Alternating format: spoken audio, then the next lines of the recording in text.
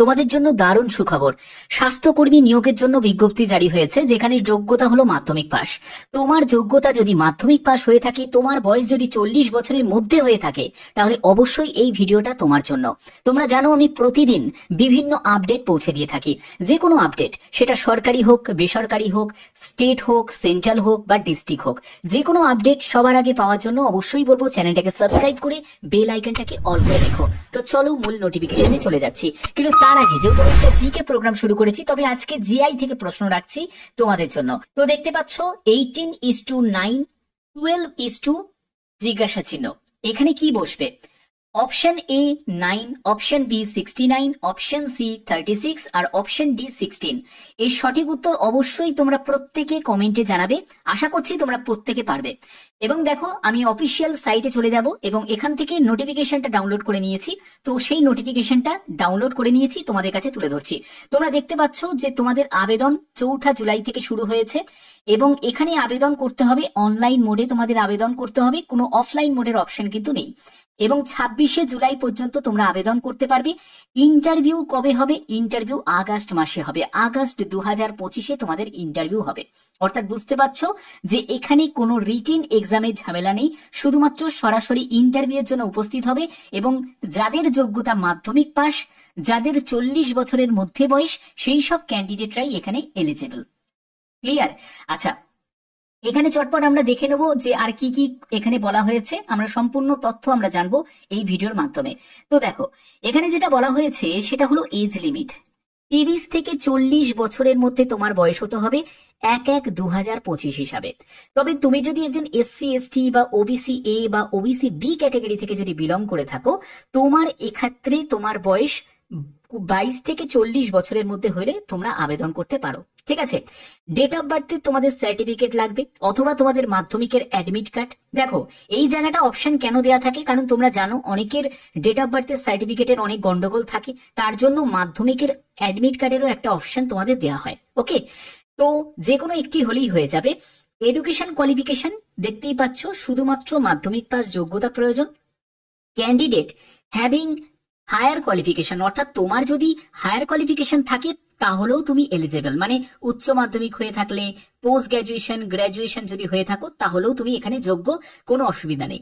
এর পরবর্তী হচ্ছে কপি অফ মার্কশিট, মানে মার্কশিটের তোমাদের কপি, সেটাও কিন্তু আপলোড করতে হবে যখন তুমি অনলাইনে আবেদন করবে।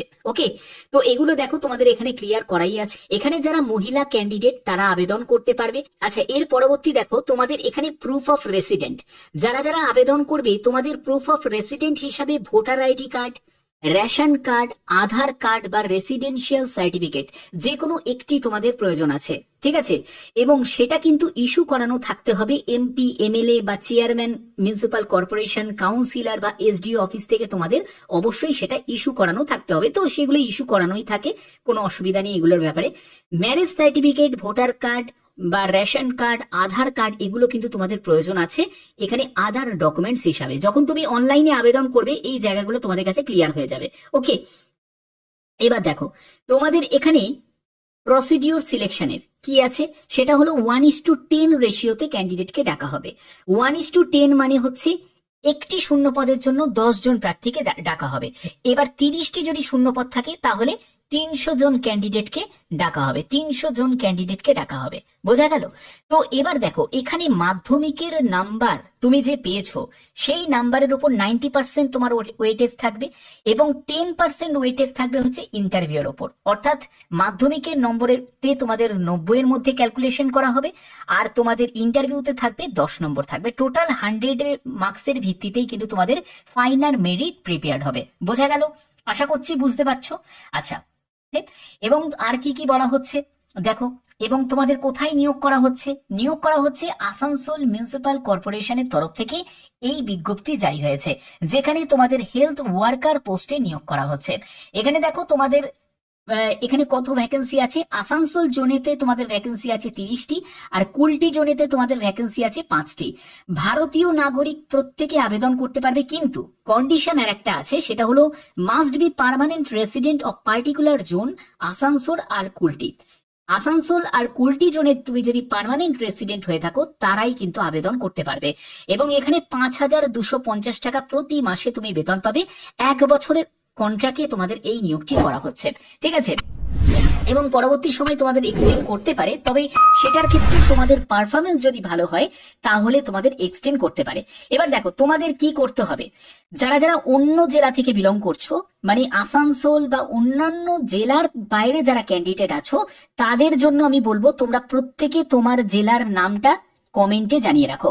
কারণ তোমরা জানো আমি বিভিন্ন জেলার ভিত্তিক যে আপডেটগুলো সেগুলোও দিই, স্টেট লেভেলের যে আপডেটগুলো সেগুলোও দিই, সেন্ট্রাল লেভেলের আপডেট সেগুলোও তোমাদের কাছে পৌঁছে দিয়ে থাকি। তার জন্যই বলছি তোমরা অবশ্যই কমেন্টে তোমার জেলার নামটা জানিয়ে দাও, ঠিক আছে। এবং আবেদন করার জন্য তোমাদের অনলাইন মোডে আবেদন করতে হবে। কোনো আবেদন মূল্য লাগছে? নো, আবেদন মূল্য কিচ্ছু লাগছে না। কোনো পোস্ট কুরিয়ার করার কোনো প্রয়োজন নেই। ওয়ার্ক প্লেস কোথায় হচ্ছে, মানে কোথায় তোমাদের কাজের জায়গা হচ্ছে? কাজের জায়গা হচ্ছে আসানসোল আর কুলটি জোন। যেহেতু আসানসোল আর কুলটি জোনের বিজ্ঞপ্তি জারি হয়েছে, তো সেক্ষেত্রে তোমাদের ওয়ার্ক প্লেস এখানেই কিন্তু হচ্ছে, ঠিক আছে। তোমাদের স্বাস্থ্যকর্মী পদে তোমাদের নিয়োগ করা হচ্ছে এবং জব ট্রেনিং প্রথমে থাকবে। এই জব ট্রেনিং এর পরে যারা যারা সিলেক্টেড ক্যান্ডিডেট তাদেরকে যে কোনো জায়গায় কিন্তু তোমাদের এই ওয়েস্ট বেঙ্গল স্টেটের যে কোনো জায়গায় তোমাদের মানে ট্রেনিং এর জন্য পাঠানো হবে। এবং তোমাদের আর কি কি বলা হচ্ছে, এবং দেখো তোমাদের কিভাবে আবেদন করতে হবে, কি বৃত্তান্ত, এগুলো তোমাদের কাছে ক্লিয়ার করে দেবো। তো ইন্টারভিউ এক্সামিনেশন তোমাদের যখন হবে তখন তোমাদের কি বলা হচ্ছে, candidate will have to produce original যাবতীয় যা যা ডকুমেন্টস সেগুলো তোমাদের প্রডিউস করতে হবে। যারা ইন্টারভিউয়ার থাকবে তারা কিন্তু এগুলো চাইবে তোমার কাছ থেকে, মানে ডকুমেন্ট ভেরিফিকেশনটা সেই টাইমে তোমাদের হয়ে যাবে। এবং সেখানে অল সার্টিফিকেট মানে এজ প্রুফ কোয়ালিফিকেশন, তারপরে education qualification, residential proof, SC ST OBC, OBC A, OBC B সেই সার্টিফিকেট, ম্যারেজ ডিভোর্স, তারপরে ডেথ সার্টিফিকেট ইন অরিজিনাল, যা থাকবে না কেন সবকিছু তোমাদের ডকুমেন্টস নিয়ে যেতে হবে, ঠিক আছে। এবং এর জন্য তোমাদের অবশ্যই তার কপিও তোমাদের নিয়ে যেতে হবে, মানে জেরক্স কপি সেলফ অ্যাটেস্টেড করেও তোমরা সঙ্গে নিয়ে যাবে, অরিজিনালটাও নিয়ে যাবে। এবং পরবর্তী দেখো তোমাদের আবেদন করার জন্য বলছে যে যদি তুমি কোনো রং ইনফরমেশন দিয়ে আবেদন করো তাহলে সেই আবেদন তোমাদের রিজেক্ট হয়ে যাবে। অবশ্যই এই জায়গাটা তোমাদের খেয়াল রাখতে হবে। এবং তুমি যদি সাবমিট করো একবার, তারপরে কিন্তু আবার নতুন করে তুমি আবেদন আর করতে পারবে না, মানে ফাইনাল সাবমিট কিন্তু হয়ে যাবে, কারণ এডিট অপশন কিন্তু এখানে তোমরা পাবে না। তার জন্যই বলছি ভালো করে বুঝে, আমি প্রত্যেকটা স্টেপ বাই স্টেপ তোমাদের বুঝিয়ে দিই যাতে তোমাদের সুবিধা হয়, ঠিক আছে। তো চলো এবার অফিসিয়াল সাইটে চলে যাচ্ছি, সেখান থেকে তোমাদের দেখিয়ে দিচ্ছি কিভাবে আবেদন করবে। আবেদন করার জন্য তোমরা দেখতে পাচ্ছ আমি একদম অফিসিয়াল সাইটে চলে এসেছি। সেখান থেকে অ্যাপ্লিকেন্ট রেজিস্ট্রেশন এই অপশনে তোমাকে ক্লিক করতে হবে। এই অপশনে যখন তুমি ক্লিক করবে দেখবে একটা নতুন ইন্টারফেস চলে আসবে, সেটাকে তোমাদের ফিল আপ করতে হবে। এবং তার আগে তোমরা দেখে নাও যে তোমাদের কি কি ডকুমেন্টস এখানে নিড আছে, সেগুলো কিন্তু এখানে দেওয়া আছে, যেমন কাস্ট সার্টিফিকেট, এগুলো তোমাদের অলরেডি আমি ক্লিয়ার করেও দিয়েছি। দেখো রেজিস্ট্রেশন করার জন্য প্রথমে তোমার ফার্স্ট নেম, তোমার মিডিল নেম, তোমার লাস্ট নেম এগুলো এন্টার করবে। তোমার মোবাইল নাম্বার, একটি ভ্যালিড মোবাইল নাম্বার এখানে এন্টার করবে এবং তোমাকে জেনারেট সিক্রেট পিন এই অপশনে তোমাকে ক্লিক করতে হবে। তোমার মোবাইল নাম্বারে একটা পিন আসবে, সেই পিনটাকে তোমাকে এখানে বসাতে হবে, মানে ওটিপি আসবে। এরপরে হচ্ছে মেল আইডি, তোমার মেল আইডি বসিয়ে দিয়ে তোমাকে রেজিস্টার করতে হবে। তো আমি এটা তোমাদের দেখাচ্ছি, এই স্টেপটাও তোমাদের স্কিপ করে দেবো না, আমি এটা দেখিয়ে দিচ্ছি কিভাবে তোমরা ফিল আপ করবে। দেখো এরপরে আমি রেজিস্টার অপশনে ক্লিক করব। তো রেজিস্টার অপশনে আমি ক্লিক করে দিচ্ছি। রেজিস্টার অপশনে ক্লিক করার পরে তোমাদের এরকম একটা লেখা চলে আসবে, your registration has been done successfully, তো please log in to submit application form. তো এবার তোমাকে কি করতে হবে, অ্যাপ্লাই যে অ্যাপ্লিকেশন অনলাইন এই অপশনে তোমাকে ক্লিক করতে হবে। তো রেজিস্ট্রেশন তোমার কমপ্লিট হয়ে গেল। তো এবার তোমাকে ফর্মটা ফিল আপ করতে হবে। ফর্ম ফিল আপ করার জন্য ক্যান্ডিডেট লগ ইন করতে হবে, যেখানে তোমার যে মোবাইল নাম্বারটা তুমি দিয়ে রেজিস্ট্রেশন করেছিলে সেই মোবাইল নাম্বারটা এখানে এন্টার করবে।